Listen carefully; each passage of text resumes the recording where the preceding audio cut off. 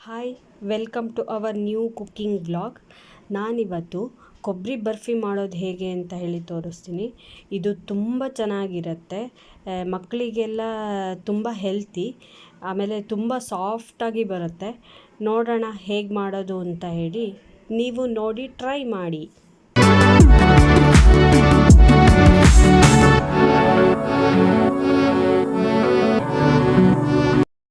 2-3 ಕಾಯಿ ಹೊಳಕೆನ ಸಣ್ಣದಾಗಿ ತುರಿದು ರೆಡಿ ಇಟ್ಕೊಂಡಿದ್ದೀನಿ.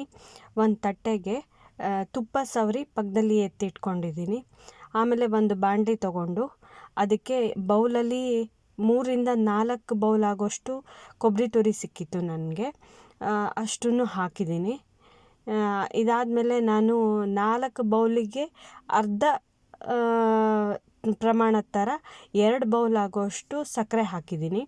ನಮ್ಮನೇಲಿ ಸ್ವೀಟ್ ಸ್ವಲ್ಪ ಕಡಿಮೆ, ಹಾಗಾಗಿ ನಾನು 2 ಬೌಲ್ ಹಾಕಿದ್ದೀನಿ. ಸ್ವೀಟ್ ಜಾಸ್ತಿ ತಿನ್ನೋರು ಸ್ವಲ್ಪ ಜಾಸ್ತಿ ಹಾಕೋಬೋದು, ಏನಾಗಲ್ಲ. ಆಮೇಲೆ ಏಲಕ್ಕಿ ಪುಡಿ ಹಾಕ್ತಾಯಿದ್ದೀನಿ. ಎಲ್ಲದನ್ನು ಫಸ್ಟಿಗೆ ಹಾಕಬೇಕು. ಒಂದು ಅರ್ಧ ಲೋಟ ಆಗೋಷ್ಟು ಹಾಲು ಹಾಕ್ತಾಯಿದ್ದೀನಿ.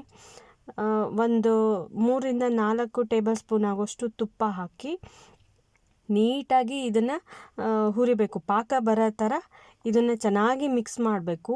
ಆಮೇಲೆ ಮೀಡಿಯಮ್ ಫ್ಲೇಮಲ್ಲೇ ಇದು ಬೇಯಬೇಕು. ತುಂಬ ನಿಧಾನ ಇದಾಗುತ್ತೆ. ಒಂದು 10 ನಿಮಿಷ ಸಾಕು ಮಾಡೋಕ್ಕೆ. ನಾನು ಮಾಡಿದ್ದು ರೆಡಿಯಾಗಿದೆ. ಈ ಥರ ಬಿಡಬೇಕು, ಬಾಣಲಿಲಿ ಬಿಡಬೇಕು. ಆ ಥರ ಆದರೆ ಅದು ಹದ ಬಂದಿದೆ ಅಂತ ಹೇಳಿ ನಾನು ತಟ್ಟೆಗೆ ಟ್ರಾನ್ಸ್ಫರ್ ಮಾಡಿದೆ. ಈ ಥರ ಎಲ್ಲ ತಟ್ಟೆಗೆ ಸ್ಪ್ರೆಡ್ ಮಾಡಬೇಕು. ಚೆನ್ನಾಗಿ ಸೆಟ್ ಮಾಡಬೇಕು. ಅದನ್ನು ಬಿಸಿ ಇರುವಾಗಲೇ ಮಾಡಬೇಕು. ಅದು ತಣ್ಣಗಾದ್ಮೇಲೆ ಸೆಟ್ ಆಗಲ್ಲ. ಚೆನ್ನಾಗಿ ಈ ಥರ ಸೆಟ್ ಮಾಡಿ ಬಿಸಿ ಇರುವಾಗಲೇ ಅದನ್ನು ಕಟ್ ಮಾಡಬೇಕು. ನಮಗೆ ಯಾವ ಶೇಪಲ್ಲಿ ಬೇಕೋ ಆ ಥರ ಆ ಶೇಪಲ್ಲಿ ಕಟ್ ಮಾಡಿ ತಣ್ಣಗಾಗೋವರೆಗೂ ಬಿಡಬೇಕು. ಒಂದು ಅರ್ಧ ಗಂಟೆ ಬಿಟ್ಟರೆ ತಣ್ಣಗಾಗುತ್ತೆ.